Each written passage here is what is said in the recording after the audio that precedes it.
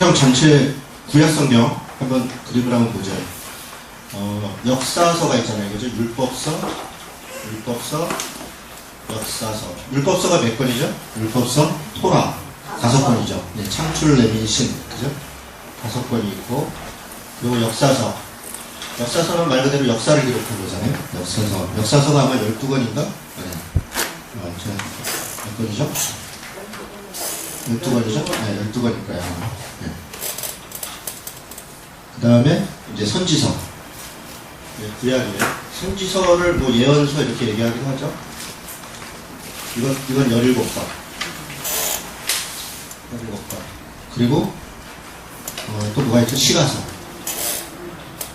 글씨는 이게 그런 글씨인가 보다 이렇게 생각하시면 돼요. 이렇게 그런 글씨인가 보다. 시가서는 5권이 있죠. 시가서는 이 시로, 시적 언어로 기록된 겁니다. 이제 욥, 시편, 잠언, 전도, 아하서 5권이죠. 그러면 이게 다 하면 39권이 되나요? 29, 네, 39권 맞죠? 네. 율법서, 역사서, 선지서, 시가서. 이게 이제 구약의 4가지 분류에 따른 성경이고요. 그동안 우리가 율법서 했고요. 역사서에서 2권 빼놓고는 10권 다 했으니까 2권 빼는 게 아니라 뒤에 이제 에스라, 니에미야부터 역사서입니다. 에스더. 그리고 앞부분, 그러니까 열왕기 상하, 사사기, 룻기, 룻기는 뭐 이거 끼어 들어가고요. 사사기, 룻기, 사무엘 상하, 열왕기 상하. 여기까지 통해서 이제 구약 역사 기본적인 걸 좀 살펴봤었고요. 그리고 이제 오늘부터 이제 선지서로 가는 거죠. 시가서를 우리 했었나요? 시가서는 안 했죠. 시가서 안 했어요? 안 했어요. 사무엘서 할 때?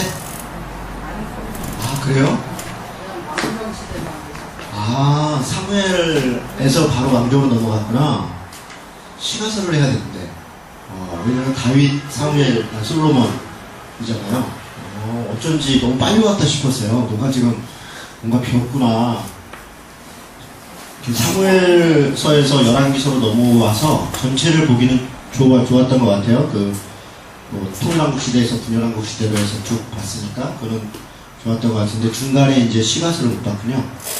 선지서를 좀 해가고 그리고 나서 시가서도 중간에 한 번씩 하겠습니다. 시가서도 재밌습니다. 또 배울 필요가 있고요. 자, 여기 한번 보세요. 자, 이제 역사서를 한번 다시 한번 그려볼게요. 이게 이제 창세기예요. 하나님이 천지를 창조하셔서 그리고 창세기 끄트머리가 누구로 끝나요? 요셉으로 끝나죠. 요셉. 그래서 야곱으로, 그러니까 이집트로 지금 다 옮겨간 거잖아요. 이스라엘 민족이. 갈대아 우르에서 하란으로 와서 하란에서 가나안 땅으로 왔다가 거기서 뭐 생활하고 뭐 외국 왔다 갔다 하고 아브라함, 이삭, 야곱, 그리고 이제 요셉 때 다시 이집트로. 그래서 이집트에서 400년 세월을 지냈죠. 네, 그리고 요셉 이후에 이제 그 다음 뭐예요? 출애굽기죠. 출애굽기 처음 스타트는 모세죠. 모세로부터 시작해서 출애굽기 중간에 19장에 시내산에 도착하잖아요. 시내산에. 불과 3개월. 그러니까 3개월째 됐을 때 시내산에 도착해서 여기서 1년 동안 있죠. 1년간. 그러니까 이 출애굽기는 기간으로 따지면 1년 3개월인 거예요. 1년 3개월. 1년 동안 있으면서 뭘 했냐? 하나님과 언약을 맺어서 시내산에서 율법을 받고 그걸 기록하고 그리고 성막 짓는 거에 대한 성막에 대한 설계도를 다 알려주시잖아요. 그래서 그 성막 짓고 다 준비가 되니까 출발. 그래서 어디로 가요? 이제 민수기죠. 민수기 처음에 어떻게 되면 바란 광야로, 그죠? 시내 광야에서 바란 광야로 이동했다. 이게 민수기 10장이에요. 그래서 민수기에서 14장쯤 가니까 가데스 바냐에서 정탐꾼을 보냈잖아요. 그런데 갔다 와가지고 두 사람은 긍정적으로 얘기고 10명은 뭐 절대로 안 된다. 뒤로 돌아 다시 광야를 빙글빙글 돌잖아요. 38년 6개월. 뭐 앞뒤 다 해서 40년 되는 거예요. 그래서 민수기 끄트머리가 어디서 끝나냐? 모압 평야에서 끝나요. 모압 평야. 그렇죠. 이 기억이 나시죠? 뭐 안 나도 괜찮아요. 그러니까 쭉 이렇게 흐름을 다시 한번 보는 거예요. 자, 바란 광야로 출발해서 이 안에서 40년 동안 거의 38년 6개월인데 실제는 앞에 1년간 있고 뒤에 또 1년 있기 때문에 38년 6개월간 광야에서 훈련을 받았어요. 모압 평야. 그리고 모압 평야에서 모세가 네 가지 설교를 하잖아요. 그죠?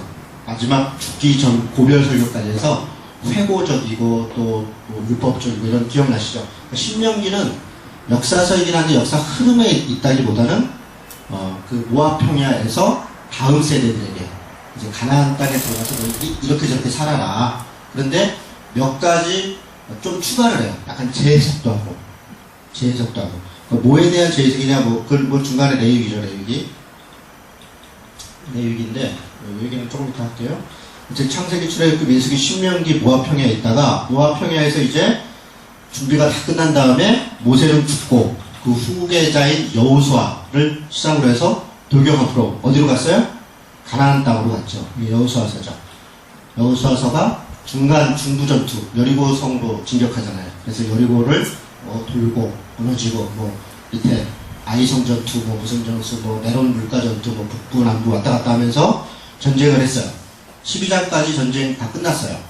그래서 3년 반 전쟁했고, 그리고 31명 왕을 죽였어요. 그리고 7족속을 물리쳤어요. 그리고 가나안 땅을 정벌을 했는데, 그러고 나서 이제 12장 이후에 여호수아 12장 이후에 마지막까지 원래 땅 나누기 하잖아요. 지파별로 다 땅을 쭉 나누잖아요. 땅 다 나누고 이제 제대로 살만한 것 같은데, 문제는 뭐였어요? 쫓아내지 않은 그런 부족들이 많이 있었죠. 못 쫓아낸 부족도 있고 안 쫓아낸 부족도 있었죠. 어떤 부족은 찾아와서 막 비굴하게 하니까 그냥 이렇게 노예 삼고 이래가지고 결국은 섞이잖아요. 혼합주의가 일어나고, 문화적 혼합주의, 신앙적 혼합주의. 근데 그때 문화와 신앙은 구별되어 있는 게 아니에요. 문화 이코로 신앙입니다. 다 신앙과 문화, 삶이 일치된 시대. 지금도 마찬가지예요. 사실 지금도 신앙과 정치가 분리되어 있다 그러지만, 삶이 분리되어 있지만 분리되지가 않습니다. 왜냐면 우리 입장에서는 우리 신앙이 우리 삶의 이 행태, 우리가 믿는 대로 행동하는 거예요. 안 믿는 사람들도 안 믿는 대로 행동하는 겁니다. 그들이 믿는 대로 행동하는 거예요. 그러니까 모든 것은 사실 우리는 다 믿는 대로, 그리고 아는 대로, 그리고 행동하는 거예요. 그래서 그것이 분리되어 있지 않습니다. 여호수아서, 그래서 전쟁을 했어요. 그런데 안타깝게도 암흑기가 온 거죠. 그런 혼합적인 행태들이 섞여서 암흑기가 와요. 그래서 여기에 이제 사사라고 하는 것은 뭐라 그랬어요? 재판관, 그렇죠? 쇼페팀이라고 했어요. 재판관들을 보내서, 재판관이라는 것은 뭐냐면 하나님이 왕이시고, 재판관들은 하나님의 법으로 옳고 그름을 나누던 사람들이에요. 그런데 문제는 그 재판관들이 타락하잖아요. 재판관들이 13명의 사사가 있었는데 제대로 된 사사가 거의 없어요. 온니엘 정도? 그 갈렙의 조카죠? 조카인가요? 온니엘 정도인가? 이런 정도고, 나머지는 다 비리수부패예요. 그러니까 사사들이 하는 행태가 심지어는 남이 그 아들들 30명이 있었는데 성주로만 했다더라, 외국에 결혼을 시켰다더라, 뭘 했다더라. 기드온 정도 조금 괜찮았다가 기드온 아들들 때 또 완전히 망가지는 거죠. 이런 식인 거죠. 그래서 사사들이 드보라도 오고 못 오고 막 그러는데, 계속 이렇게 부패했다, 그런 일이 반복돼요. 그러다가 나중에 하나님이 더 이상 안 되겠다, 마지막 희망으로 나시린을 세우잖아요. 나시린. 그 누구예요? 삼손이죠. 삼손. 그러니까 사사로도 안 되는 거야. 이제는 하나님이 그냥 한 번도 삭도도 안 되고 어디 포도 알도 안 먹은 것 같은 그런 거룩한 어떤 사람을 다시 한 명 선택해서 새로운 역사를 한번 써보려고 그러는데, 문제는 너무 늦었죠. 삼손 때 이 말씀의 이미 깊이가 너무 없는 거예요. 그러니까 삼손이 한다고 하는데 하는 것마다 죄를 짓는 거예요. 그런저런 일이죠. 어쨌든 삼손 때 마무리가 됩니다. 사사기. 그리고 사사시대 끄트머리에 룻기가 있죠. 룻기. 이런 그 사사의 이런 어목한 시대에 자기만 살겠다고 모압 땅으로 이 아들들 데리고 도망갔던 부자 이야기죠. 그리고 그들이 다 죽고 이제 며느리와 시어머니가 와서 어쩌저쩌 하는데, 그 얘기가 핵심이 아니라 결국 이런 중에서도 하나님이 다윗의 계통을 이어가신다는 것을 끝까지 얘기하시는 거예요. 포기하지 않는 어떤 사랑 같은 거. 룻기는 그런 겁니다. 하나님의 포기하지 않는 사랑, 그런 것들이 룻기입니다. 그랬다가 사사시대가 지난 다음에 하나님이 그래도 포기하지 않고 끝까지 또 누구를 선택하냐면 사무엘이라고 하는 사람을 선택하죠. 사무엘을 저 시골에 에브라임 지파에 그 남아 지역에 시골 제사장에 때묻지 않는 그 아이를 한 달을 뭐 그렇게 해서 어쨌든 사무엘을 드리게 하고 사무엘을 마시리면서 사사 그렇게 또 제사장 선택을 하죠. 그런데 사무엘의 자식들이 또 부패하잖아요. 사무엘 자식들이 단과 부의 사회에서 사무엘의 자식들이 제사장 역할을 하는데 뇌물을 받고 그러니까 백성들이 더 이상 안 되겠다. 우리에게도 왕을 달라. 뭐 여차저차해서 하나님 왕을 주시죠. 그래서 통일왕국이 시작되죠. 통일왕국의 첫 번째 왕은 사울. 그리고 사울이 또 부패하니까 다윗. 그리고 솔로몬. 그런데 솔로몬 때 솔로몬이 뭐 처음에는 잘했는데 마지막에 뭐 완전히 망가뜨리는 거죠. 그래갖고 분열왕국이 시작이 되죠. 그 아들레위 때 르호보암 위에는 여로보암 북이스라엘 10개 지파 남유다 지파 이렇게 나눠져서 11개가 시작되죠. 분열왕국. 북이스라엘이 나눠져가지고 721년에 아수르한테 멸망될 때까지 20명의 왕이 9번 쿠데타가 일어나고 각종 뭐 여러가지 일들이 있었잖아요. 그런 일들이 북이스라엘에 있었고 남유다 르호보암으로부터 시작해서 19명의 왕이 있었는데 586년에 바벨론한테 멸망당하죠. 그 바벨론은 아시리아를 멸망시켰던 그 나라예요. 그 같은 곳입니다. 그러니까 그래서 바벨론한테 멸망당할 때까지 역사가 있죠. 우리가 지금까지 여기까지 본 거예요. 여기까지. 그리고 중간에 출애굽기 19장에서 하나님과 언약을 맺었고 하나님께 받은 그 율법의 내용이 뭐냐? 레위기라고 했죠. 레위기. 이 레위기가 중심이죠. 왜냐?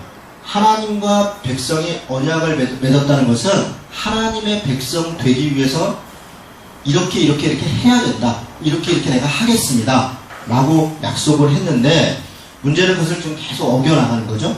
이거는 뭐냐? 그 약속하신 분이 누구냐? 그분이 천지를 창조하셨고 너희 조상 아브라함을 택해서 너희 조상들을 이렇게 선택하신 바로 그분이다. 라고 하는 걸 설명하는 게 사실 창세기입니다. 그 다음에 출애굽기는 어떻게 약속 맺을 때까지 인도해 왔는지 그러니까 레위기를 언약을 맺는 과정을 설명하는 게 출애굽기죠. 이해가 되세요?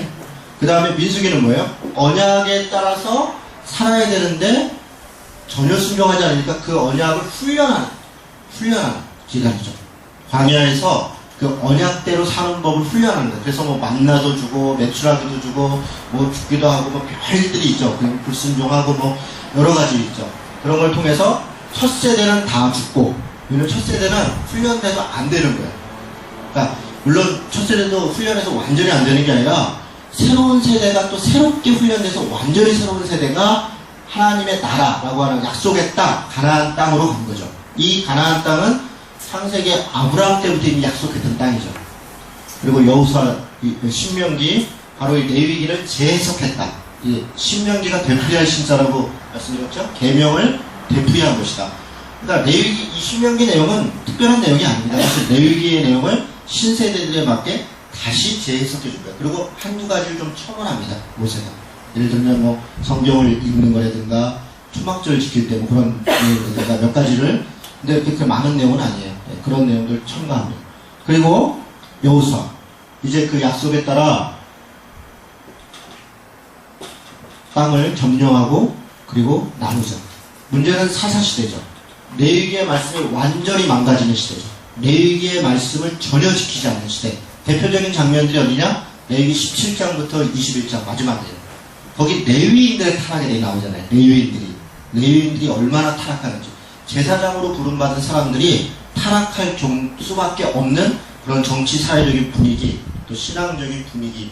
그래서 이 타락의 이유가 하나님의 말씀의 훼손이죠. 그리고 룻기, 하나님이 이어가고 사무엘서는 사울에 대한 기대가 있었죠. 그런데 사울이 하나님의 말씀을 어기죠. 제사장이 해야 될 거 자기가 하고 자기 번세하죠. 다윗이 하나님 마음에 들었던 것은 하나님과의 약속들을 지키려고 애쓰잖아요. 그 약속들을 지켜나가려고. 그런 모습 속에 하나님이 다윗을 그 시대에 하나님의 뜻을 행한 자, 그래서 다윗의 길로 행했다. 네, 그렇게 이야기를 하죠. 그리고 사무엘, 나머지 열왕기서는 온통 다 뭐냐, 레위기가 이 북이스라엘 왕, 남유다 왕들이 하나님의 말씀을 지키느냐 안 지키느냐, 그것에 대한 이야기예요. 그러니까 열왕기서들을 가만히 읽어보면 뭐 잘했다 잘못했다 이런 내용을 가만히 보면 뭐 나라를 왕으로서 잘 다스렸다 부강한 게 이런 거 별로 없습니다. 그런 거는 거의 관심사항이 아니에요. 하나님의 말씀을 그가 어떻게 지켰느냐 아니면 지키지 않았느냐. 근데 거의 되게 안 지키죠. 그럴 때 하나님께서 재앙 혹은 저주 이런 게 준비가 되죠. 대개 재앙은 가뭄 아니면 뭐 홍수라든가 가뭄이라든가 뭐 기근이라든가 이런 것들이에요. 그게 이제 몸이 괴로우면 사람이 좀 정신 차리니까 이렇게 재앙을 준비하고 혹은 저주, 여기 저주는 패망입니다. 멸망. 뭐냐면 바벨론, 아스리아한테 나라가 멸망한다는 거예요. 나라가 없어진다는 거예요. 그러면서 뭘 얘기해요? 이렇게 있으니 너희가 회개하지 않으면 이런 일이 있다. 회개해라. 그러니까 선지자들이 계속 나타나서 선지자들의 요구는 회개하라, 내게로 돌아와라. 그러니까 내게로 돌아오라는 얘기가 어디로 돌아오는 얘기는 결국은 레위기로 돌아오라는 거예요.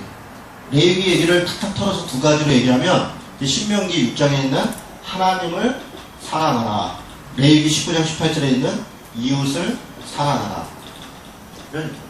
그런데 이것은 같은 거예요. 여러분 그 신약성경에 내 마음과 뜻과 힘을 다하여 주 너희 하나님을 사랑하고 내 이웃을 내 몸같이 사랑하라. 원래 원어로는 사랑하고는 한마디입니다. 하나입니다. 두 개 같죠. 사랑하고 사랑하라. 그러니까 하나님도 사랑하고 이웃도 사랑하라 이런 말이죠. 그렇지 않아요. 원래는 마음과 뜻과 힘을 다하여 주 너희 하나님과 내 이웃을 사랑하라. 같은 거예요. 그러니까 하나님을 사랑하는 것이 이웃을 사랑하는 것이고 이웃을 사랑하는 게 하나님을 사랑하는 거예요. 같은 것입니다. 그러니까 성경은 일반적으로 그렇게 얘기를 합니다. 하나님은 보이지 않는 하나님을 어떻게 사랑하냐? 내 소자이지 않게 나한테 한 것이다. 그렇게 얘기를 하는 거예요. 그래서 하나님의 사랑, 인간에 대한 사랑. 그래서 이것을 두 가지로 구약성경은 얘기합니다. 계속 모든 죄를 지적을 하는데 첫째 하나님의 사랑과 관련돼서는 우상숭배를 얘기합니다. 우상숭배. 물론 이게 다르진 않지만 편의적으로 나옵니다. 풍요와 번영의 신을 쫓는다는 거예요. 바알과 아세라로 대표되어 있는 풍요와 번영의 신을 쫓아. 그러면 신만 쫓는다는 것은 내 삶과 관계없는 게 아니라 아까 말씀드린 것처럼 신앙과 삶은 일시대에 있는 시대예요. 지금도 마찬가지죠. 풍요와 번영의 신을 쫓는다는 것은 내 삶의 목표가 풍요와 번영이라는 거예요. 다른 사람을 평가하는 기준도 풍요와 번영이라는 것이고 그런 것으로 쫓아가는 우상숭배. 하나님을 쫓지 않는다는 거예요. 하나님은 뭐예요? 근데 반대로 공평과 정의이죠. 사랑과 평화, 공평과 정의이죠. 공평과 정의를 쫓지 않고 우상숭배를 했다. 같은 얘기인데 하나님을 사랑하는 것과 관련돼서는 공평과 정의를 행하지 않았다. 공평과 정의를 너희들이 버렸다. 그 얘기를 뭐 수도 없이 해요. 미슈파트와 제다크. 제가 여러 번 얘기했죠. 미슈파트와 제다크. 그리고 레위기의 정신. 레위기를 여러분 이렇게 우리 같이 공부를 했었는데 기억나세요? 앞부분에는 제사법이잖아요. 5가지 제사. 하나님을 어떻게 만나는가. 죄인된 인간이 거룩한 하나님을 만날 때 이 부분을 해결해야 되는 그게 제사법이잖아요. 하나님은 거룩하시고 우리는 죄인이니까 그냥 만나면 우리는 죽고 하나님의 거룩성은 훼손되는 거잖아요. 그래서 제사법을 통해서 만나는 거죠. 그게 십자가죠. 나중에 십자가의 그리스도의 피로 우리의 거룩성이 가리워져서 하나님의 거룩성이 훼손되지 않는 만남, 그게 십자가입니다. 그리고 레위기는 거기서 끝나는 게 아니라 정결법이 있다. 어떻게 정결해지느냐. 그래서 뭐 할례도 있고 여러 가지가 있죠. 그리고 그렇게 하나님을 만났고 정결해진 자가 어떻게 정결하게 사느냐. 이게 성결법이죠. 성결법. 삶의 법. 그래서 이웃과의 관계. 그 내용으로 딱 들어가면 이웃과의 관계. 뭐 성적인 문제, 도덕적인 문제, 뭐 윤리적인 문제 다 그런 겁니다. 대표적인 게 신년이죠. 안식년, 안식년, 신년. 이런 이야기를 설명하는 게 레위기죠. 그러니까 관계라는 거예요. 그 레위기에 하나님의 백성으로 거룩하게 산다는 것은 하나님을 만나고 그 만남을 통해 이웃과의 관계를 어떻게 거룩하게 사느냐. 이게 성경이 가르치는 거예요. 그리고 그런 것들을 어떻게 지키느냐, 지키지 않느냐 라고 이야기하는 이 전체적인. 그래서 결국 레위기가 중심이다. 레위기의 말씀이 회복되는 것. 뭐 신약에 갈 때 또 그러면 뭐 이 율법이 폐기된 거 아니냐. 그때는 신약에서 얘기했어요. 율법은 폐기되지 않았습니다. 율법은 완성된 거예요. 완성된 거. 그래서 이런 정신들은 지금도 유효하고 여전히. 그래서 우리의 고민은 구약의 하나님이 우리에게 거룩한 백성으로 가르쳐 주신 이런 율법들이 지금 시대, 우리 시대에 어떻게 재해석되고 적용돼야 되는가. 이게 사실 우리의 끊임없는 고민이어야 되는데 이거에 대한 고민이 너무 없는 거죠. 너무 없는 거죠. 자, 여기까지 그동안 강의했던 얘기들을 잠깐 훑어보았습니다. 흐름이 다시 생각이 좀 아롱아롱 나죠? 자, 그럼 지금 오늘부터는 이제 선지서로 가는데, 선지서를 본격적으로 들어가기 전에 잠깐 또 배경을 설명하겠습니다. 자, 다시 보세요. 자, 열왕기서가 시작될 때 이제 여기 솔로몬이에요. 솔로몬이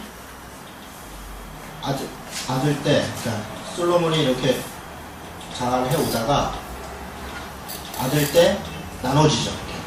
위에는 여로보암, 북이스라엘, 아래는 르호보암, 남유다.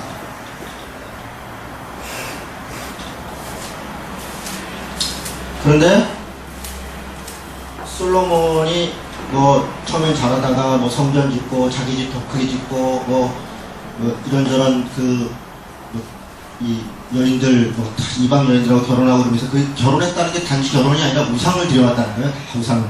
그래서 예루살렘을 온갖 그냥 우상 소굴로 만들고 뭐 이렇게 자기 아들까지 심지어는 몰래 얘기에다 바치고 이런 일까지 하죠. 예. 그래서 결국은 분열되죠.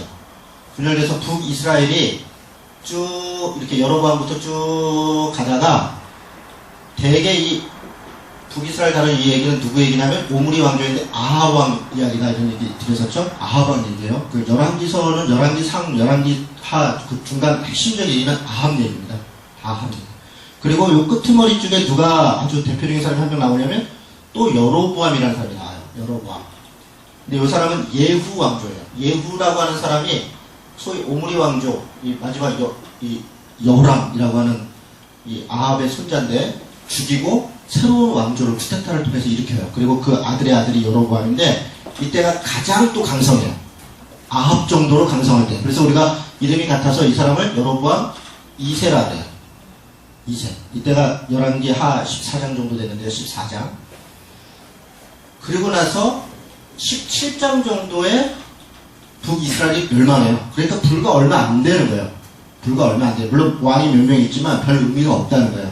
나중에 호세아 왕 때 멸망하는데 이렇게 멸망해요.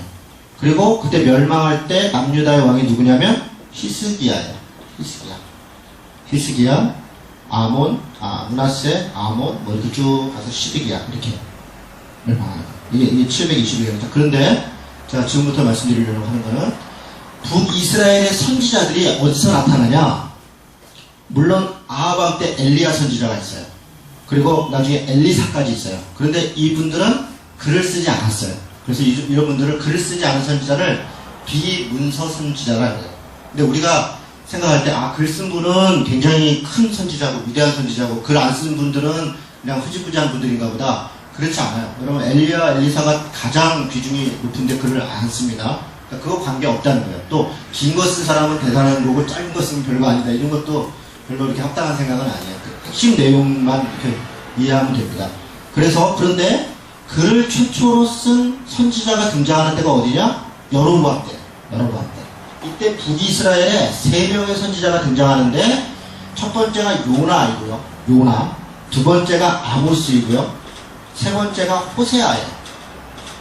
호세아는 북이스라엘의 마지막 선지자예요. 북이스라엘이 멸망을 해요. 그때도 계속 있어요. 호세아서를 보면 남유다 이야기까지 나와요.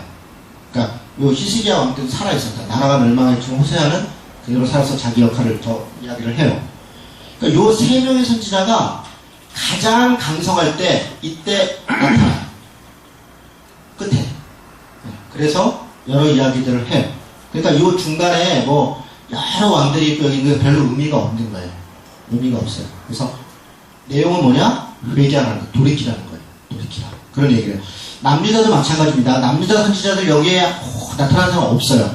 없다가 히스기야 때, 그러니까 요 앞뒤인데 제일 먼저 나타난 사람이 이사야예요. 이사야. 그리고 그 다음에 줄줄줄 나오는 거예요. 예레미야까지. 뭐 거기 밑에 나오는 뭐 나움, 하박국, 스바랴, 오바댜, 요엘 뭐 다 요때, 요 이후에, 여기에. 왜 그럴까요? 가장 부패하고 마지막 때. 이제 금방 나라가 망하거든요. 720에서 580년 거의 얼마 안 되는 기간 동안에 나라가 멸망하는데 회개하지 않으면 멸망한다. 그 얘기를 선지자들이 계속 하는 거예요. 그리고 회개의 기회를 주어요. 그런데 회개하지 않죠. 그래서 멸망하죠. 그래서 선지자들이 여기 몰려있고 여기 몰려있어요. 이런 배경을 가지고 오늘 우리가 요 북이스라엘의 3개 선지자를 살펴보려고 하고 다음 주는 못하겠네요. 다음 주는 못하고 그 다음 주부터 남유다 선지자를 쭉 해나갈 거예요. 이렇게. 그래서 앞으로 우리가 공부하려고 하는 그림이 보이시죠? 네, 됐죠?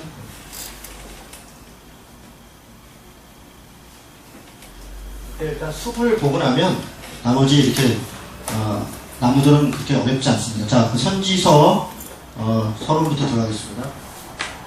선지서는 17권인데요. 17권의 선지서의 주제를 한마디로 얘기해라. 그러면 돌아오라. 하나님께로 돌아오라. 조금 더 좁혀서 얘기하면 내 위기의 그 가르침으로 돌아오라. 그때 맺었던 그 언약, 신의 산 언약, 하나님 백성 되기로 했던 그 언약 기억나시죠? 너희는 내 약속을, 내 말을 지키면 너희가 내 백성이 되고 이렇게 된 거잖아요. 그 출애굽기 19장 5절 6절에 했었던 그 언약으로 돌아와. 그 얘기를 하는 거예요. 뭐 이런저런 뭐라 많은데 결국 핵심은 돌아와. 그 말을 뭐 지금 우리 말로 뭐 회개하라 이렇게 얘기해도 되겠죠. 회개라는 말이 슈브라는 말인데 돌아오다라는 말이에요. 돌아오다. 슈브라는 말이 돌아와 이런 말이에요. 헬라어에서 그 회개하는 말은 생각을 바꾸다, 생각을 돌이키다, 행동을 돌이키다 이런 뜻인데 같은 단어입니다. 돌아와라 이런 얘기예요. 자, 선지서의 일반적 분류는 대선지서 5권이 있고 소선지서 12권이 있어요. 대선지서는 이사야, 예레미야, 에가, 에스겔, 다니엘. 이걸 왜 대선지서라고 그럴까요? 두꺼워서. 이제 알 것 같죠? 예, 두꺼워서. 그리고 우리 성경 이 순서가 역대수기 순이 아니에요. 선지서가 두께순으로 되어 있어요. 그래서 이사야가 제일 먼저예요. 이사야, 예레미야 이렇게 나가는 거예요. 제일 두꺼운 순서. 그래서 얇은 것들이 뒤에 이렇게 쭉 있어요. 그래서 그걸 헷갈려요. 오늘도 우리가 요나, 아모스, 호세아 볼 텐데 순서대로 되어 있지 않고 두께순으로 되어 있어요. 원래 순서는 아모스가 먼저인데 호세아가 먼저 나와요. 더 두꺼워요. 양이 많아서. 그래서 그런 거를 좀 볼 필요가 있어요. 소선지서 12권이 있어요. 호세아서부터 해서 말라기까지. 나중에 하나하나 보게 될 겁니다. 선지서의 시기별 분류를 보면 북이스라엘, 아까 제가 말씀드렸죠. 여로보암 2세 때 요나, 아모스, 호세아 선지자가 있었다. 남유다, 이사야로부터, 히스기야 왕 때 이사야로부터 시작해서 미가, 나움, 하박국, 스바냐, 오바댜, 요엘은 북이스라엘이냐 남유다냐 아직도 그 말이 많은 곳이에요. 그래서 그냥 내용을 보면 멸망에 대한 건데 정확하진 않아요. 어쨌든 여기다가 대체적으로 남유다로 봅니다. 예레미야, 그리고 예레미야, 에가. 그러면 예레미야, 에가는요 5장밖에 안 되는 성경인데 처절한 그 남유다가 그 예루살렘이 멸망한 그 거리를 예레미야가 이렇게 다니면서 그냥 그 처절한 이야기를 막 노래로 부르는 거에 예레미야, 에가예요. 그리고 포로기는 뭡니까? 남유다가 멸망해서 포로로 잡혀갔어요. 그 포로 잡혀간 그곳 어디냐면 바벨론이죠. 거기서 선지자가 쓴 글 에스겔, 다니엘이에요. 에스겔이 먼저 잡혀갔고 다니엘이 두 번째로 잡혀갔어요. 에스겔하고 다니엘이 잡혀간 시기는 달라요. 다니엘은 나라가 멸망할 때 잡혀간 거고 에스겔은 이 포로 잡혀가는 것도 1차, 2차, 3차 포로 잡혀가는 게 있습니다. 에스겔은 1차에 잡혀간 사람이에요. 자, 포로 귀환이 있어요. 포로 귀환. 언제부터 포로가 귀환되느냐? 퀴로스, 그러니까 고레스가 페르시아, 그러니까 이 바벨론이 나라가 멸망했어요. 페르시아라고 하는, 우리 성경에는 바사라고 되어 있어요. 바사라는 곳에 이 페르시아의 나라가 멸망해서 나라 이름이 바뀌었어요. 바벨론이. 페르시아. 초대 황제가 누구냐? 고레스. 우리 성경에 고레스가 되어 있는데 키로스. 세계사에서 키로스 이렇게 얘기해요. 실존 인물이죠. 그 키로스가 자기가 점령한 나라들의 백성들을 70년 정도 지난 다음에 돌려보내요. 각 나라로. 그러니까 이 유대만 돌려보내는 게 아니에요. 다 돌려보내요. 다. 그때 유다 족속들이 돌아와요.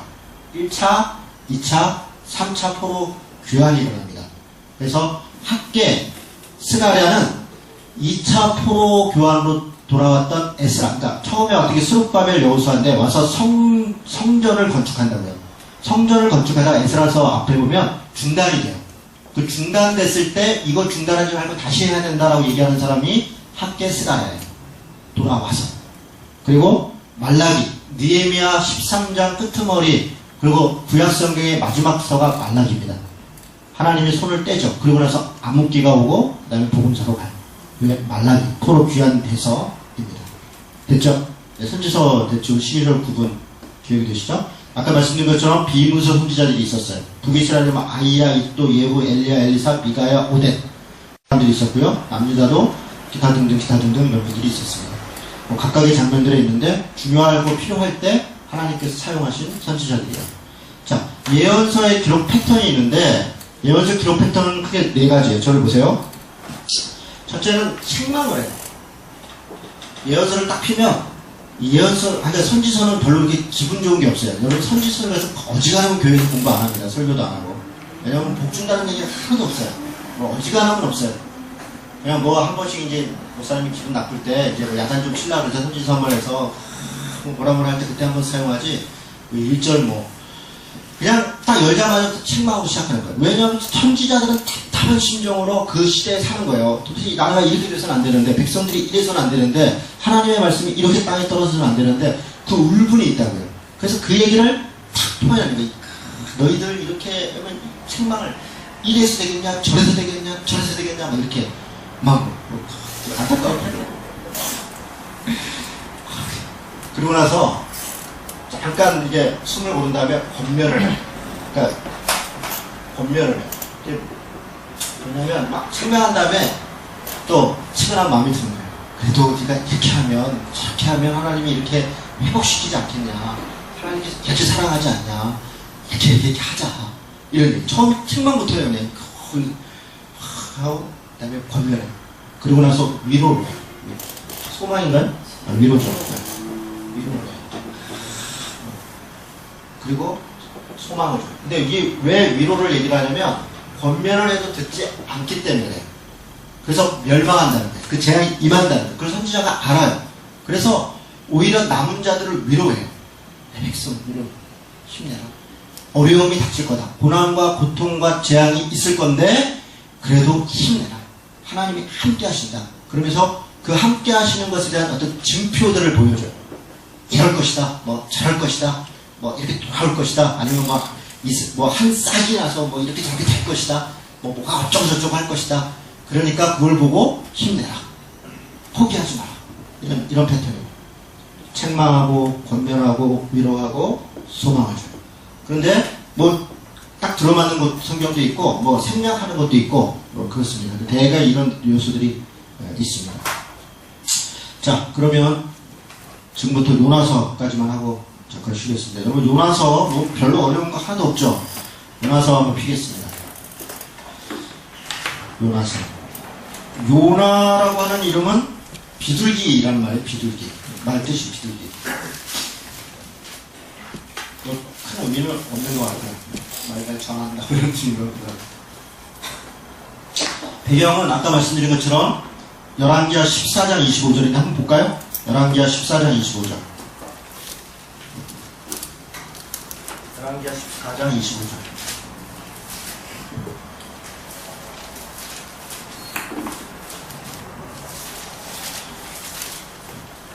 제가 우리 교회에서 요나서 설교했었죠. 그죠? 네. 대충 하겠습니다. 설명을 읽어보십니다.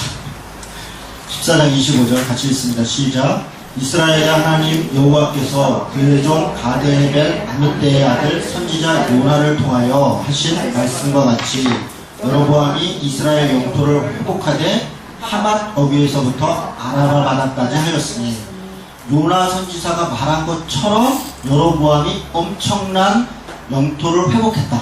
굉장히 붐했다. 요나가 지금 나라를 축복하고 기도하고 이런 역할을 했고 또 여로보암이 왕으로서 아주 굉장히 외교 정치적으로 아주 뛰어나서 일들을 했다. 그래서 땅이 넓어졌다. 이런 얘기예요. 그러니까 지금 여기서 보려고 하는 것은 요나는 여로보암 때 선지자다. 다시 요나 들어오겠습니다. 1절에 보니까 여호와의 말씀이 아mit대의 아들 요나에게 임하니라 이르시되. 자, 여기 지금부터 저를 보십시오. 별거 없습니다. 내용이 뭡니까? 니느웨로 가서 니느웨에게 회개를 선포해라.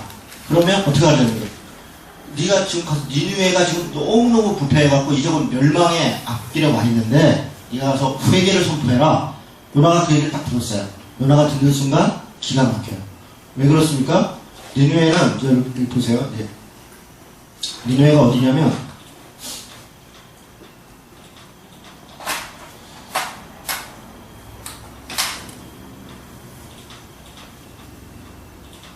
이제 이거 보면 이제 뭔지 알겠죠? 지중해, 예, 갈릴리, 염해, 사해, 요단강 이렇습니다. 이게 유프라테스 강이고요. 이게 티그리스 강이에요. 유프라테스 강, 티그리스 강. 니느웨는 그러니까 지금으로 얘기하면 그 이라크 모술 지역인데요. 지금 이쪽이 다 이라크 지역이니까 뭐 여기 어딘가쯤 하는 거겠 거예요. 당시 아시리아, 당시의 나라는 아시리아예요. 아시리아의 수도 같은 가장 큰 도시 중에 하나가 니느웨입니다. 니느웨. 여기를 아람 지역이라고 하고요. 아람 혹은 수리아, 여기를 아시리아 지역이라고 하는데 대대적으로 이 메소포타미아 문명 지역으로 거대한 지역입니다. 엄청나게 거대해요. 밑에 이집트 문명 지역이고요. 여기에 아주 왼수예요. 왼수. 역사적으로 왼수입니다. 뭐 늘 이쪽으로 여기를 점령해야 이집트를 도모하니까. 그래서 뭐 제일 유명한 전투가 세계사적으로 갈기미스 전투라고 여기를 점령하는 게 이쪽 사방을 점령하기 때문에 이 갈기미스 전투라는 전투는 아주 굉장히 유명한 세계적인 전투거든요. 여기 뭐 늘 싸우죠. 그런데 이런 상황에서 니느웨가 멸망당한다 그런다? 이스라엘 입장에서 어때요? 이건 뭐 희소식이죠. 야 너무 잘 됐다. 그런데 지금 요나에게 뭐라 그래요? 가서 회개를 선포하고. 요나가 가기 싫죠. 도망을 갑니다. 요바로 내려갔어요. 요바는 어디냐면 여기입니다. 여기 해변가 요바. 요바로 내려가서 여기 남녀다인데 이렇게 요바까지 가가지고 배를 타러 딱 갔는데 마침 배가 있는 거예요. 그래서 야 이게 하나님 뜻인가 보다. 배를 타고서 도망을 가는데 어디로 가면 다시스로 도망가요.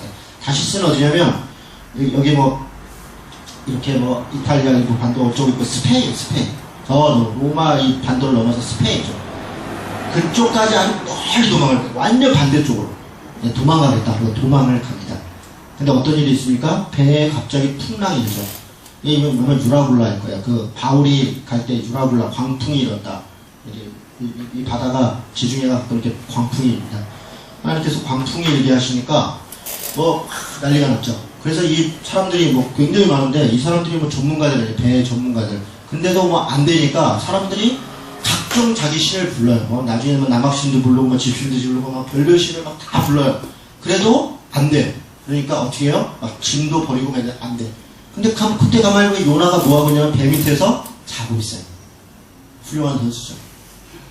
그러니까 요나는 조금도 두려워하지 않고 있어요. 이게 당연히 하나님의 뜻이다 이렇게 생각하는 거예요. 요나는 배를 타고 하나님께서 니느웨로 가라고 했는데 가지 않았잖아요. 그리고 반대로 가면서도 요바에서 배도 만나고 모도 만나고 이런 것을 하나님의 뜻으로 그냥 철석같이 믿어요. 설마 이렇게 전혀 그러니까 하나님이 그냥 말씀하신 걸 그냥 해보면 알 거다 이렇게 대충 그렇게 생각하는 것 같아요. 너무 맘 편하게 자고 있어요. 그 사람들이 와서 너는 지금 여기서 뭔데 자고 있냐 깨우니까 뭐 이 난리가 났다. 그래서 요나가 나중에 괜찮아요. 나 때문에 그렇구나. 나를 바다로 버려라. 근데 그때 그 표현들 가만히 보면 요나는 신앙적인 표현을 하지 않고 여전히 불쾌한데 오히려 그 다른 사람들이 너희 하나님, 전능하신 하나님 이런 표현들을 써요. 그래서 그들이 아주 극한 상황이 왔을 때 하나님이라고 하는 존재에 대해서 인식하고 요나가 하나님을 믿는 백성의 선지자라는 걸 이해해요. 그리고 그게 누구예요? 버려라. 버렸죠. 그랬더니 거기는 뭐 살았고 요나는 물속에 들어갔더니 큰 물고기가 있더라. 얼마나 크면 뭐 고래냐 아니냐 모르겠어요. 그래서 그랬더라. 그래서 모르는 건 모르는 겁니다. 물고기가 예비해서 요나가 뱃속에 3일 동안 있었는데 지금 1장 넘어가는 겁니다. 2장에 가니까 요나가 그 안에서 기도를 했더라. 근데 이게 좀 실시간으로 기록하는 게 아니에요, 여러분. 나중에 이 요나서라고 요나가 기록한 게 아니고 누군가가 이야기를 전해 듣고 기록을 했겠죠. 여러분 그렇게 좀 상상하기 요나가 지금 실시간으로 기록하고 있구나 이렇게 생각하시면 안 됩니다. 요나가 이렇게 기도를 했다는 거예요. 여기에는 신앙 고백과 요나의 상태가 어쨌든 작가에 의해서 물론 하나님이 개입하시는 거죠. 그 요나의 상태가 여기에 포함되는 거죠. 신앙적 고백들이. 자, 뭐라고 되냐면 2장 2절에 보니까 스올의 뱃속에서 부르짖었다. 분명히 물고기 뱃속에 있었는데 스올에 있었다. 그건 뭐냐면 스올이라는 말은 음부, 그러니까 죽음이라는 거예요. 당시에는 죽으면 다 천국 가고 지옥 가는 그런 개념이 없어요. 구약에는 천국 지옥 개념이 없습니다. 죽으면 스올로 간다. 누구나 다 스올로 간다는 거예요. 그래서 그 스올이라는 게 죽음의 공간이에요. 그러니까 어떻게 보면 요나는 그 물고기 뱃속을 죽음의 공간으로 생각했을지 모르겠어요. 어떤 공간? 어쨌든 자신은 하나님의 뜻을 버려서 지금 죽음의 공간에 있어요. 그리고 거기서 기도를 해요. 그런데 이 기도를 가만히 읽어보면 굉장히 좋은 말들인데 요나의 기도가 처절하지 않아요. 자기의 죄를 회개하는 기도가 아니라 어떤 내용이냐면 8절부터 볼까요? 8절? 2장?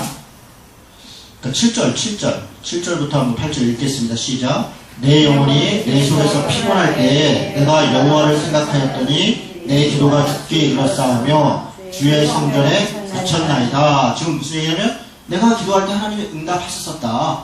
그런 자기 선지자로서의 어떤 자부심 같은 게 있어요. 그리고 8절에 같이 읽습니다. 거짓되고 헛된 것을 숭상하는 모든 자는 자기에게 베푸신 은혜를 버렸사오나 나는 감사하는 목소리로 주께 제사를 드리며 나의 서원을 주께 갚겠나이다. 구원은 여호와께로 속하였나이다. 이 말 자체는 굉장히 좋은 말인데 지금 요나가 어떤 상황이에요? 자기가 죄를 져서 하나님 앞에 지금 징계를 받고 있는데 뭐라고 하기는 남들은 다 버렸지만 나는 오히려 감사하는 목소리로 주께 제사를 드렸고 나의 손을 주께 갚았나이다. 구원은 여호와께 속하였네. 저는 이걸 읽으면서 요나가 이게 회개한 거 맞아? 이런 생각이 들더라고요. 이거 회개하는 자세가 전혀 아니에요. 여전히 하나님이 나와 함께 하고 계시다. 내가 선지자로 하나님이 나를 쓰고 있다. 그래서 하나님이 나를 도우실 것이다. 라고 하는 그런 기도를 해요. 요나는 하나님의 뜻 이것과 전혀 반대로 있으면서 전혀 불안해하지 않습니다. 사실 이게 우리의 모습이에요. 지금 많은 아하방 밑에 있었던 400여 명의 선지자 또 나중에 후대에 가면 누구야 시드기야의 그 남유다 마지막 왕 시드기야에게 에레미야가 얘기할 때 막 600명씩 막 선지자들이 와가지고 너한테만 하나님이 있냐 우리 다 평안하다 성전도 있고 역사도 있고 이렇게 제사도 잘 지내고 그러는데 왜 우리가 멸망하냐 이렇게 덤볐던 선지자들이 그런 마음이에요. 전혀 하나님의 뜻을 어기고 있다고 생각하지 않아요. 자신들은 하나님의 뜻을 행하고 있다고 생각해요. 봐라 성전도 있다. 봐라 평안하지 않냐. 봐라 잘 되지 않냐. 봐라 부흥하지 않냐. 그렇다는 거예요. 그런데 하나님의 뜻을 어기고 있는 거죠. 그런 어떤 심리적인 묘사들이 여기 잘 좀 표현됐다고 생각합니다. 자, 10절에 보니까 여호와께서 그 물고기에 말씀하심에 요나를 육지에 토하니라. 아마 2장 10절에서 3장 1절까지는 좀 이렇게 시간적 간격이 있으리라고 생각이 들어요. 그냥 토했는데 그냥 막 침이 이런 거 범벅이 돼갖고 그냥 떡이 돼갖고 모래에 한 바퀴 돌고 털고 갔다 이렇게 보기에는 너무 비상식적이죠. 이거는 이제 문학적 표현인 거죠. 문학적 표현. 이걸 연대식으로 이렇게 이해하는 거는 여러분 성경을 읽을 때 너무 문자적으로 그랬으니까 그랬다 이렇게 자꾸 이해하려고 그러면 성경을 잘 이해 못합니다. 제가 누가복음 강의할 때도 말씀드렸죠. 마태복음, 마가, 누가복음이요 내용이 비슷비슷한데 기록 방식이 너무너무 달라요. 그래서 그걸 그대로 이해하면 여기서는 요거 다음에 요 얘기를 했는데 요 얘기는 왜 여기 나오지? 이러고 따지고 들고 진짜 할 말이 없는 거예요. 그러게요. 이러고요. 그런 게 이거 다 문학적 표현이에요. 방식, 기록 방식. 마태는 마태의 방식대로 그 예수님과 건의롭고 예수님을 받고 했던 것들을 자기 방식으로 정리해서 기록을 하는 거예요. 누가는 누가의 방식을. 하나님은 그 각자의 가지고 있는 어떤 은사라고 그럴까, 달란트라고 그럴까, 그 삶의 여정이라고 그럴까, 그런 지식, 이런 것들을 다 사용하시는 거예요. 그래서 그걸 통해서 하나님이 자신의 뜻들을 나타내는 거지. 그냥 받아 적어. 딱 해가지고 지금부터 가만히 갑자기 썼는데 나중에 보니까 이런 글이더라. 그렇지 않아요. 그렇게 기록된 게 아니에요. 그러면 우리 한 번에 해가지고 뭐하러 이걸 1500년 가까이 20명이 거의 40명에 가까운 사람들 40명에 가까운 사람들이 기록했거든요. 직업도 20여 개가 다르고 읽어보면 그 작가의 특성들이 나타나요. 그러니까 문학적 기록, 문학적 장르가 있다는 것을 이해하고 그 말 자체가 제가 하나의 말씀이 아니다 그런 얘기를 하는 게 아니에요. 성경을 읽고 이해하는 방식을 말씀드리는 거예요.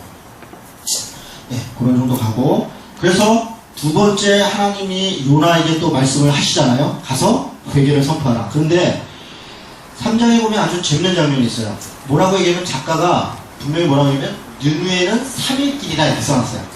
걸어서 3일 길이라는 거예요. 걸어서. 그런데 하루만 그냥 요나는 하루 동안 다니면서 회개하지 않으면 멸망할 거다. 그냥 뭐 하거나 말거나 어쨌든 날 하라니까 회개해라. 그냥 뭐 어쩌고 저쩌고 이런 식이에요. 이렇게 그냥 하루 동안 돌아다녔다는 거예요. 이렇게 그렇게 했는데 너무 놀라운 일이 뜻밖의 일이 벌어진 거죠. 뜻밖의. 그 이야기를 들은 니느웨 사람들이 5절에 보니까 니느웨 사람들이 하나님을 믿고 금식을 선포하고 높은 자 낮은 자를 막론하고 굵은 베옷을 입은지라. 니느웨 왕도 회개를 해요. 그런데 그 회개가 단지 그냥 눈물 흘려서 우리 잘못했습니다 하는 정도가 아니라 9절에 보니까 하나님의 뜻을 돌이키시고 그 진노를 그치사 우리가 멸망하지 않게 하시리라. 그렇지 않을 줄을 누가 알겠느냐 한지라. 하나님이 그들이 행한 것 곧 악한 길에서 돌이켜 떠난 것을 보시고 무슨 얘기입니까? 그들의 회개가 실제 행함 가운데 나타나 있다는 거예요. 실제 돌이키고 있다는 거예요. 돌이키고 있다. 그냥 눈물 콧물 흘리고 회개하고 그냥 기도 몇 번 하고 끝냈다 이게 아니라 자기의 잘못된 것을 돌이키더라. 그 행한 것을 보시고 하나님의 뜻을 돌이키사 그들에게 내리리라고 말씀하신 재앙을 내리지 아니하리라. 자, 엄청난 사태가 벌어졌죠? 니느웨가 멸망해야 되는데 멸망을 안 해요. 요나가 신명기에 가요. 요나가 뭐라고 얘기하냐? 하나님은 내가 이런다 그러지 않았습니까? 내가 이래서 도망간 거 아닙니까? 아니, 하나님은 자비하시고 인애하시고 뭐 노하기를 더디하시고 원래 그런 분인지 내가 알기 때문에 내가 회개를 촉구하면 저들이 회개할까봐 내가 도망을 갔는데 내가 이 꼴 안 보려고 그랬는데 나를 굳이 붙잡아야 되는 거니 이제 어떻게 할 거예요? 네? 저들이 이제 와서 우리나라 뭐 또 침략하고 그러면 어떻게 하실 거냐고. 좀 그런 심정이에요. 근데 그 심정이 이해가 되지 않아요? 이해가 되죠. 왜 이해가 안 되겠습니까? 그렇게 얘기해요. 근데 하나님이 어떻게 하십니까? 박농풀이라고 되는데 아주까리라고 그래요. 원래 아주까리 언덕 위에서 이제 그게 다 이제 이 사막지대이니까 이 언덕 같은 것도 이렇게 사막 언덕 같이 비슷한 그 언덕이겠죠? 그런데 이렇게 그래서 요 마을이 망하나 그래도 혹시 하나님께서 뭐라도 그래도 뭐 좀 하지 않겠나 이러고 지켜보고 있는데 햇빛이 쨍쨍 쬐는 거예요. 너무 더워. 이 사람도 열심히 해요. 어쨌든 내가 이러고 조국으로 돌아갈 때는 내가 맞아 죽는다. 이 사실이 알려지면 나는 우리나라에서 거의 매국노다. 이런 분위기죠. 자기도 뭔가 그 하여간 뭔가 있어야지 이러고 이제 쳐다보고 있는 거예요. 그런데 너무 더워. 하나님이 거기다가 초막을 이렇게 쳤는데 이 초막이라는 게 풀을 그러니까 뭐 무슨 텐트 쳤다는 게 아니라 풀로 이것저것 얹어갖고 했는데 이게 말라버리는 거예요. 그러니까 하나님께서 이렇게 나무 아주까리 나무를 해서 그늘을 탁 만들어요. 그러니까 너무 시원한 거예요. 거기는 뭐 햇빛만 가리면 시원하니까 그래서 거기는 그렇잖아요. 습도가 많지 않으니까 햇빛만 가리면 시원하죠. 그래서 앉아갖고 이제 보고 있는데 여기 또 쪼르르 말리네.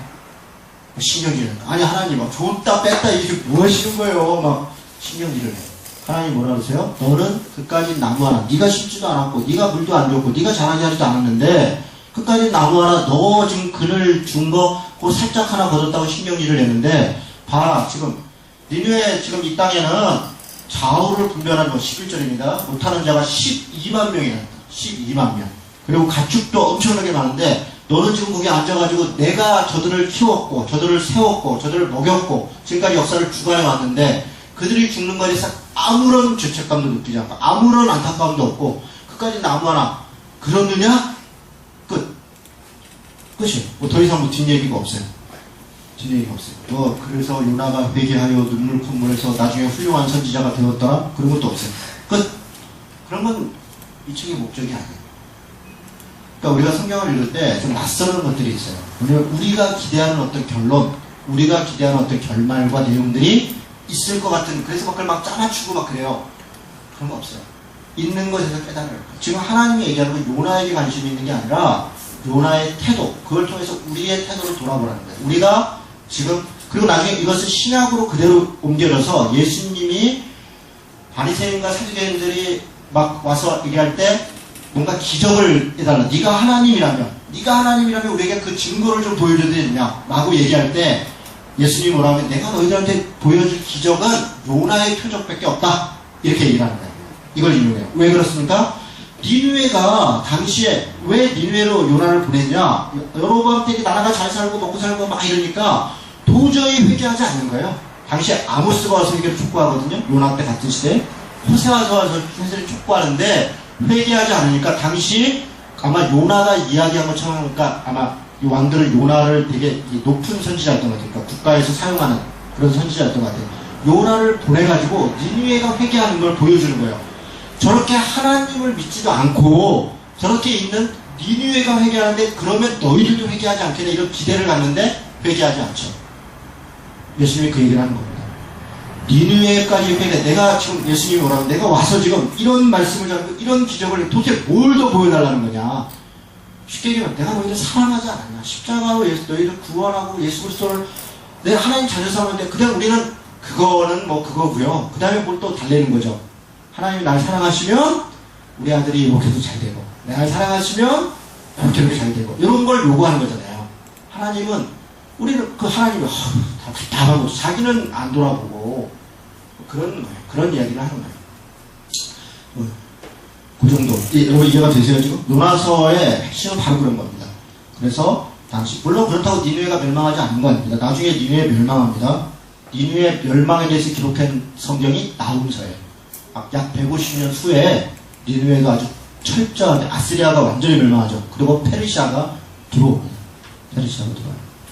그래서 요나서의 내용이 그런 내용입니다. 그래서 거쳤다가 아모스 호세아로 가겠습니다. 복잡하지 않아요? 그러니까 성경은 쉽게 봐야 됩니다. 막 어렵게 뭐 무슨 영해 뭐 이런 거 하지 마세요. 영해. 또 막 20일 금식기도 하고 막 보고 막 뭐 받고 이런 거 하지 말고 그냥 이렇게 보면 돼요. 이제 20일 금식기도 하고 막 영해했다는 분들 막 걱정이 돼요. 저분 또 무슨 얘기를 하려나. 그러고 맞으면 얼마나 좋아. 또 틀려. 그러고 나서 또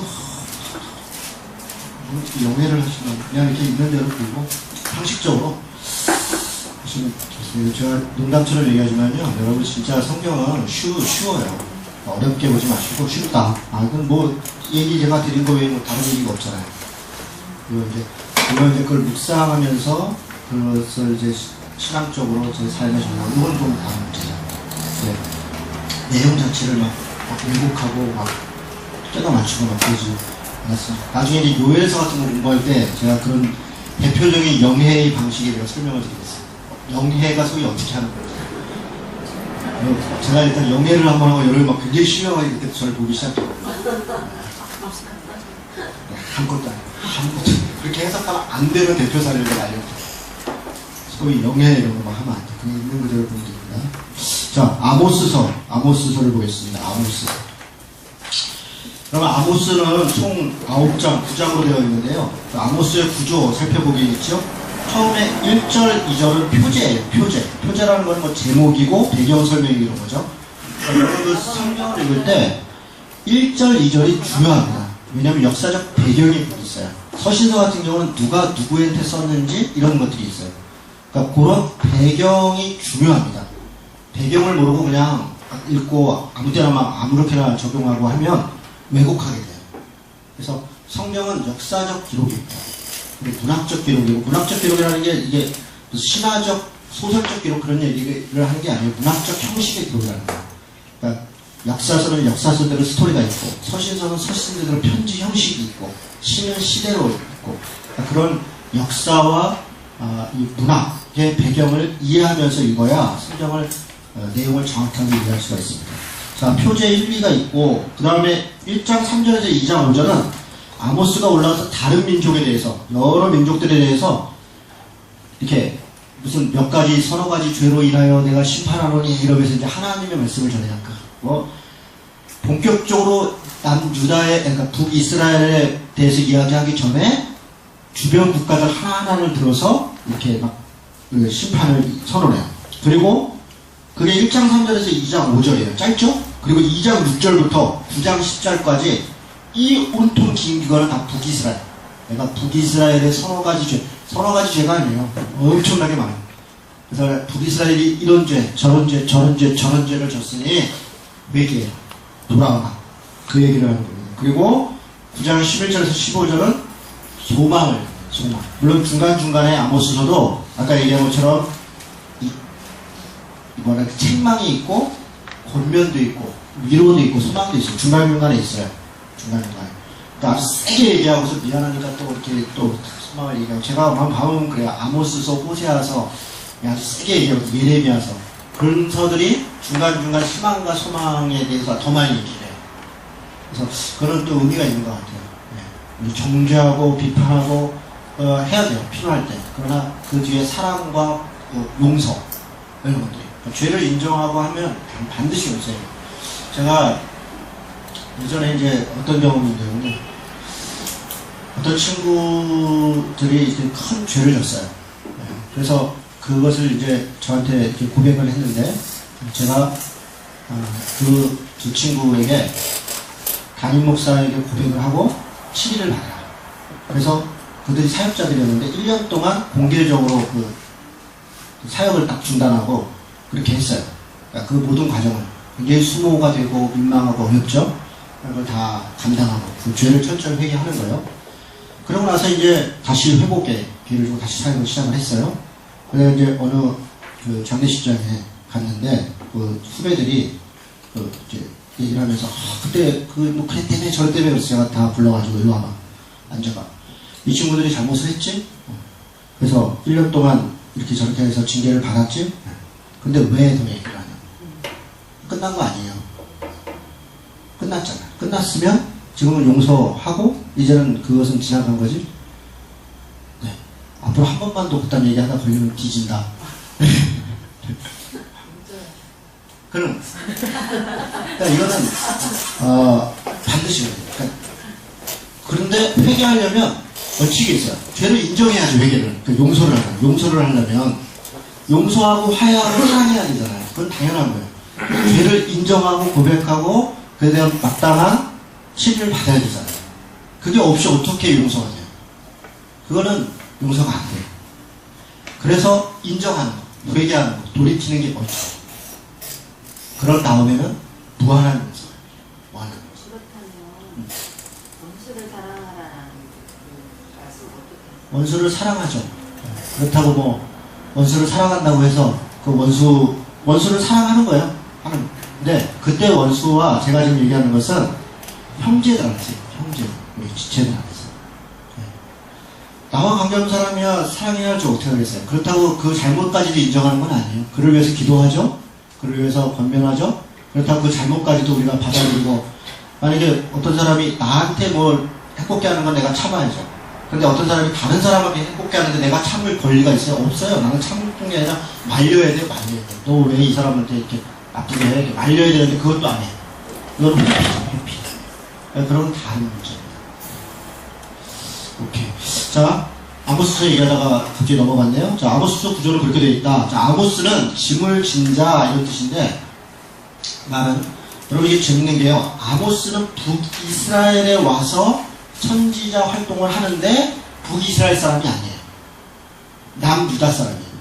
더군다나 드고아라고 하는 예루살렘에서 16km 지점 남쪽으로. 그러니까 예루살렘에서 16km 남쪽이라고 그러면 여기가 예루살렘이거든요.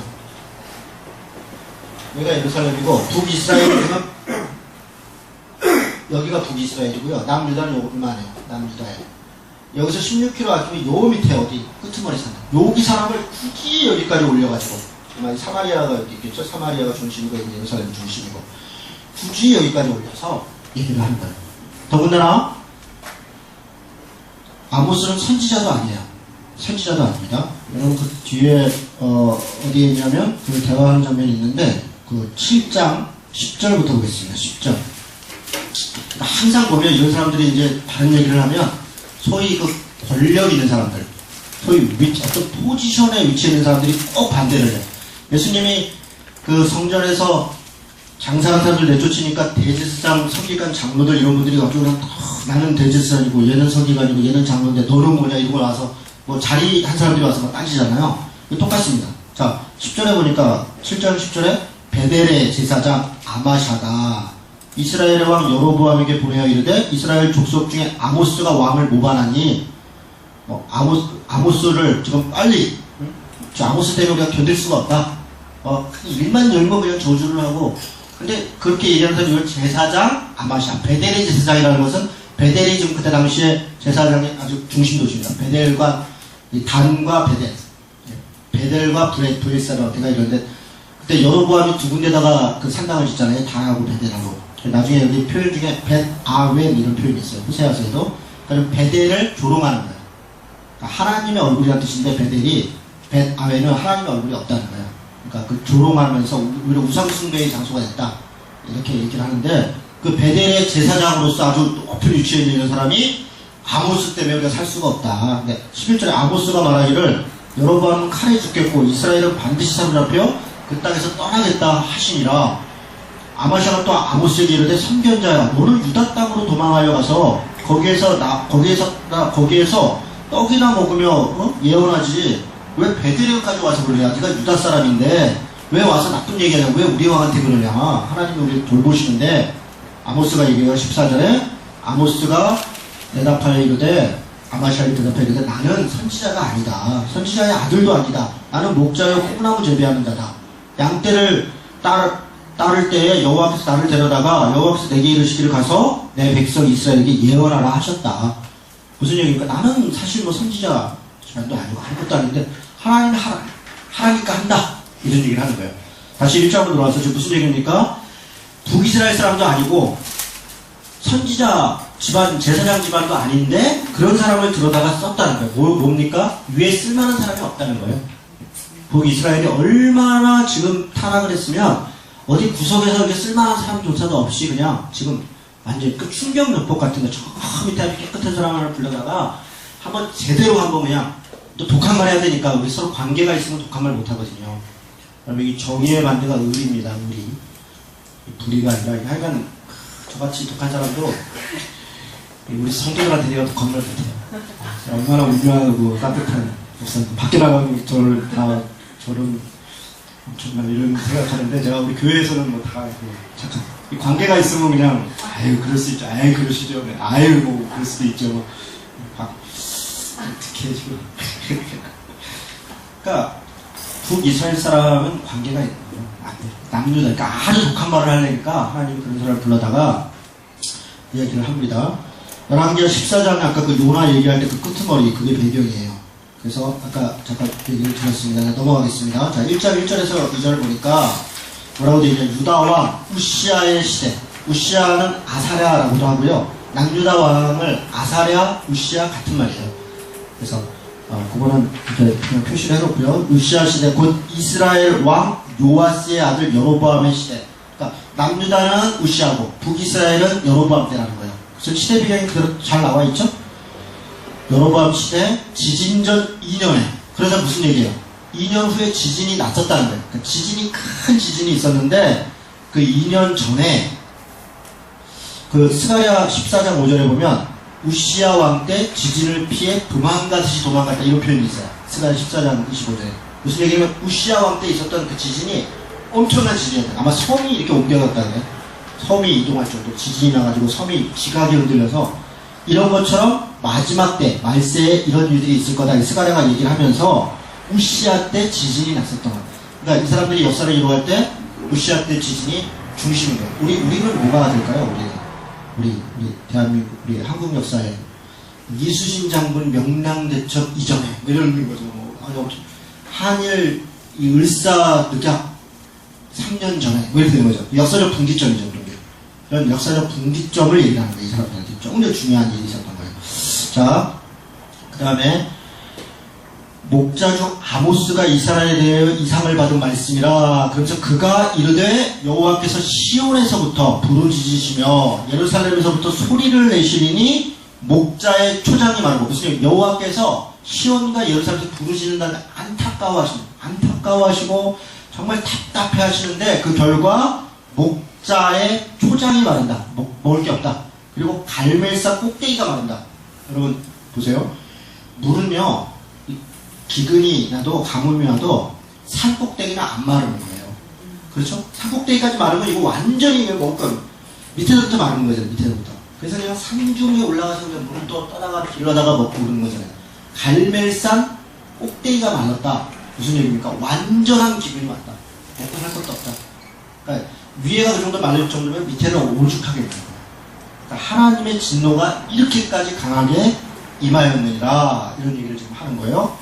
그런데 이제 딱 올라와갖고 이분이 이제 입을 딱 열어가지고 심판 선언을 하는데 뜻밖의 얘기를 해요. 북이스라엘 사람들이 우리가 독하게 생긴 사람이 그래, 착하게 생겼을 수도 있겠네.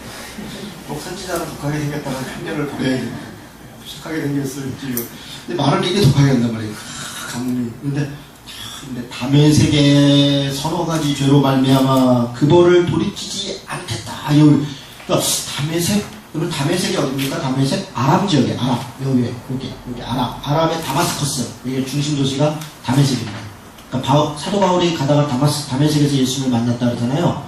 그 담의 색 지금도 있는 도시입니다. 다마스커스 지금 시리아 지역입니다. 담의 색의 서너 가지 죄로 인하여 내가 너희들이 이리저리 잘못해서 내가 가만두지 않는다.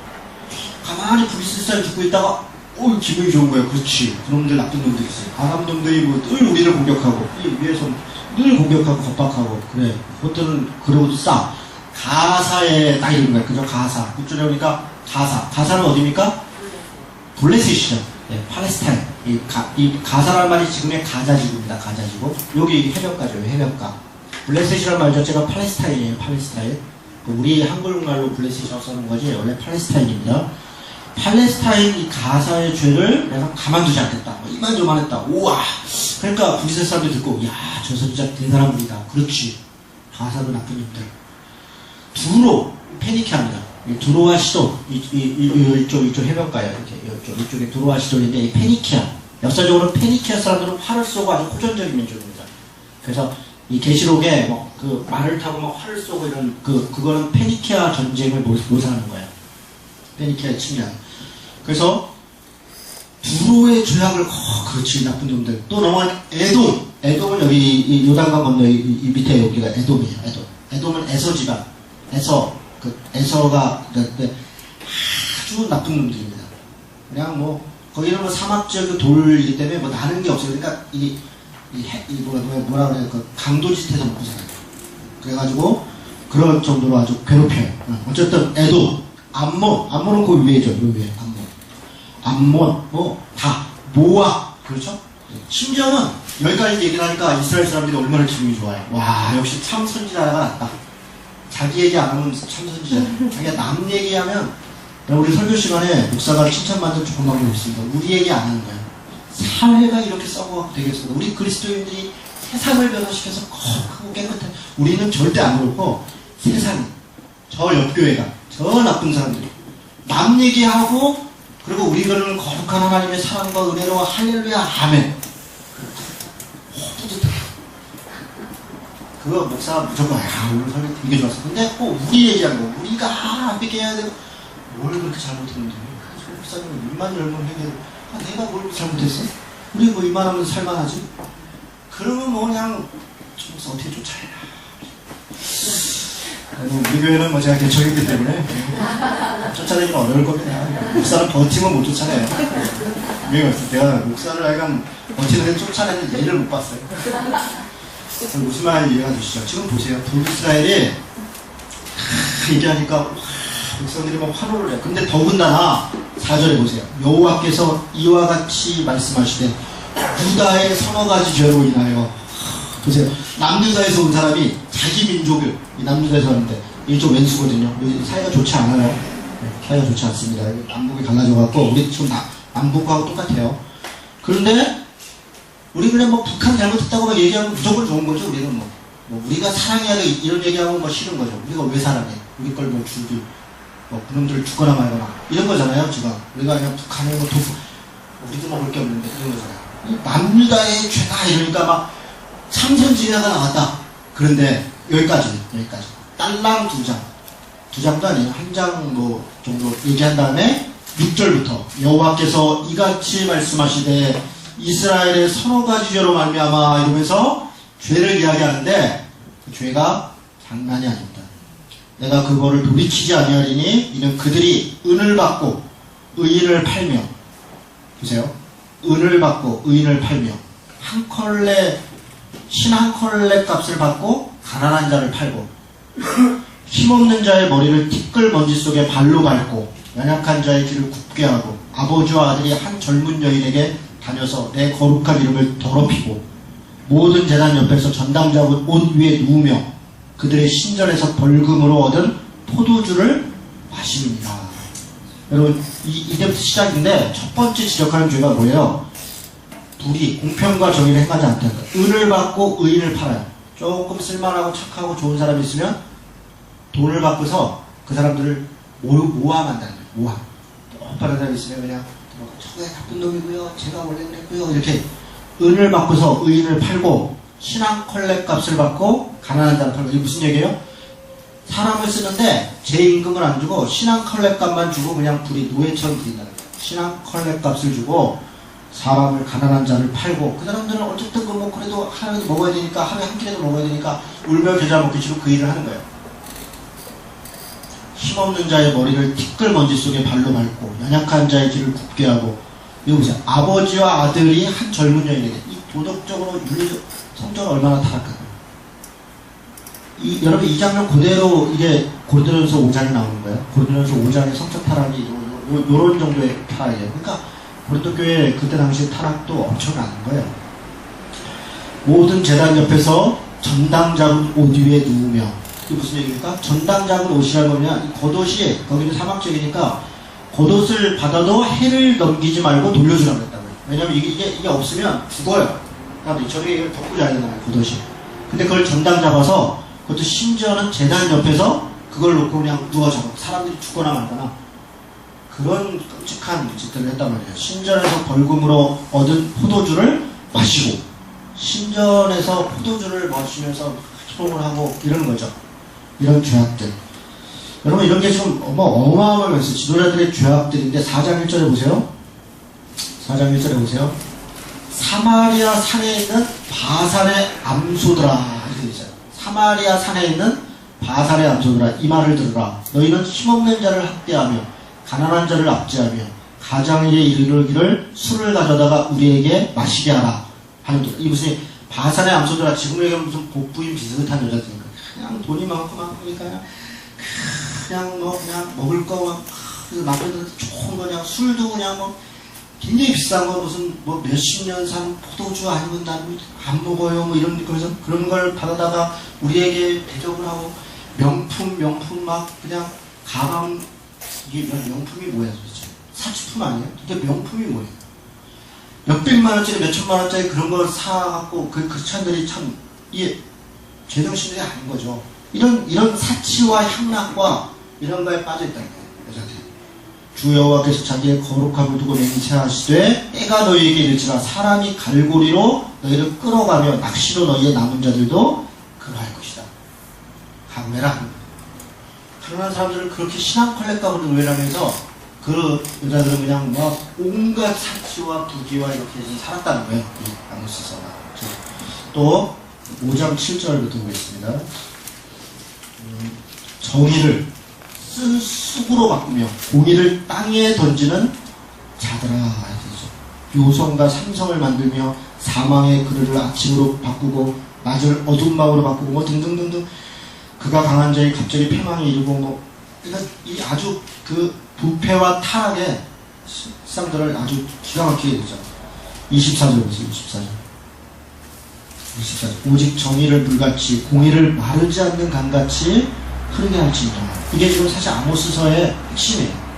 돌아오는데 뭘 돌아오라는 거냐면 아모스서 읽으면서 하나님만 섬기라 이렇게 정리하면 잘못하는 거예요. 소위 영적으로 해석하는 게 아니고 이것은 정의와 공평과 정의를 회복하라는 거예요. 회복. 그게 하나님께 돌아가는 거다. 그 얘기가 아모스서의 이야기입니다. 오늘 미가서도 그렇고 마치 호세아서도 거의 그래요. 우리는 이런 실제적 내용은 별로 관심이 없고 소위 영적으로 해석을 하거든요. 영적으로. 사회적 죄악들에 대해서 6장 1절에서부터도 화 있을진저 시온에서 교만한 자와 사마리아 산에서 마음이 든든한 자 곧 백성들의 머리인 지도자들이여 이스라엘의 집이 그들을 따르는도다. 그러면서 쭉 얘기 보면 3절에 보세요. 너희는 흉한 날이 멀다 하고 포악한 자리도 가까워지게 하고 상에 누우며 침상에서 기지개 켜며 양떼에서 어린 양과 우리에서 송아지를 잡아먹고 그냥 향락과 이런 것 이 지도자들이 비파 소리에 지절거리고 다윗처럼 자기 위해 악기를 제조하고 뭐 등등등등.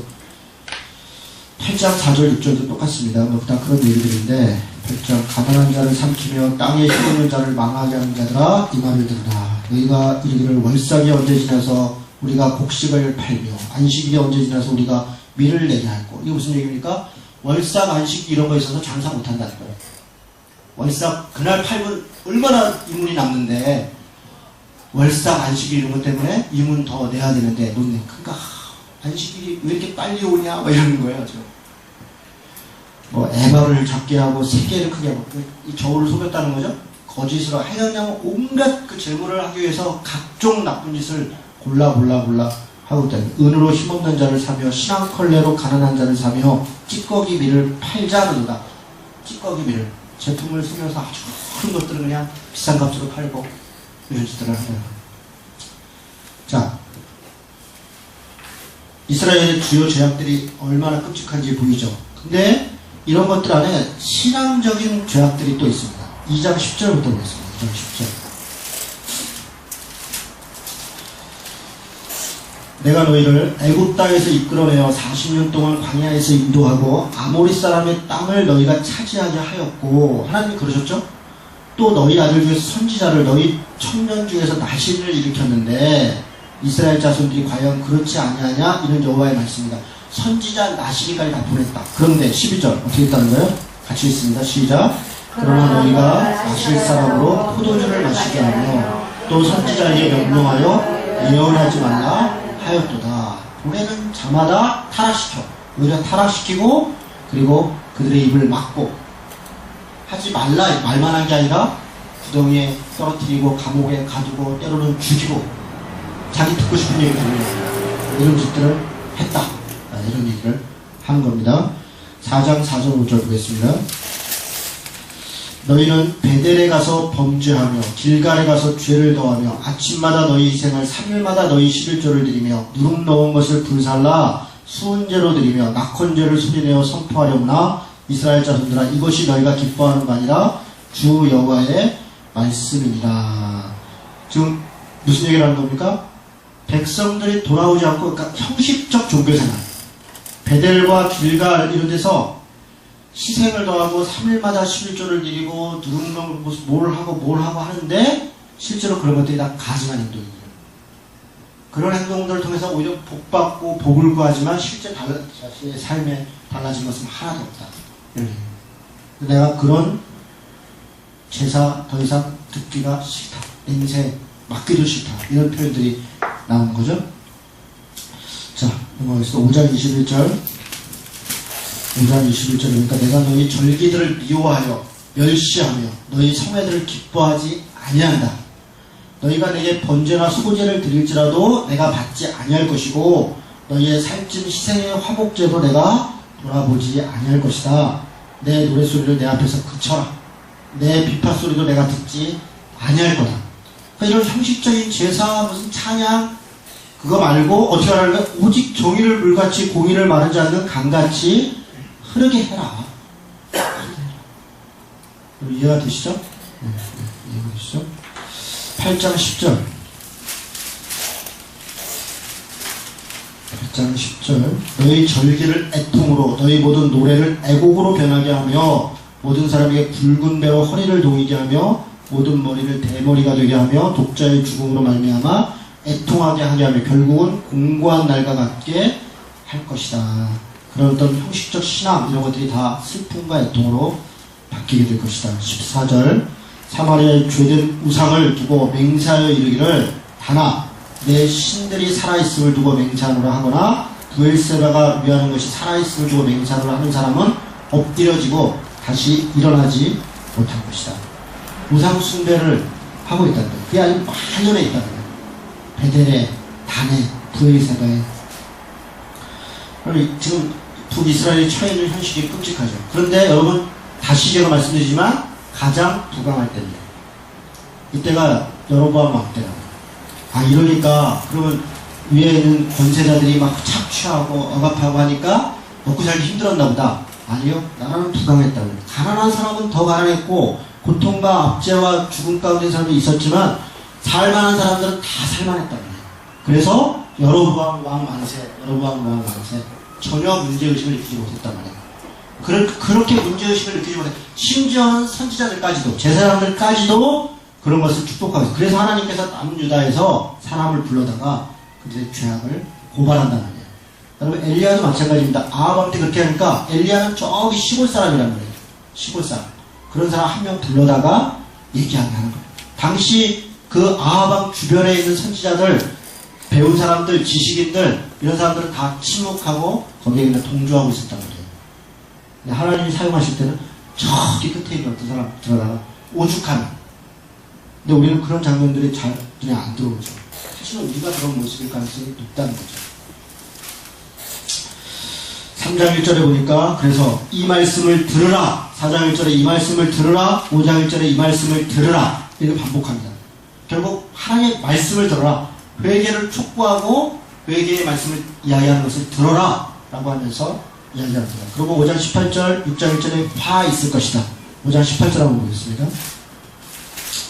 화 있을진저 여호와의 날을 사모하는 자여, 너희가 어찌하여 여호와의 날을 사모하느냐? 그날은 어둠이요 빛이 아니라. 무슨 얘기예요? 여호와의 날, 구원의 날, 회복의 날. 그런데 그날을 막 사모하잖아요. 기다려.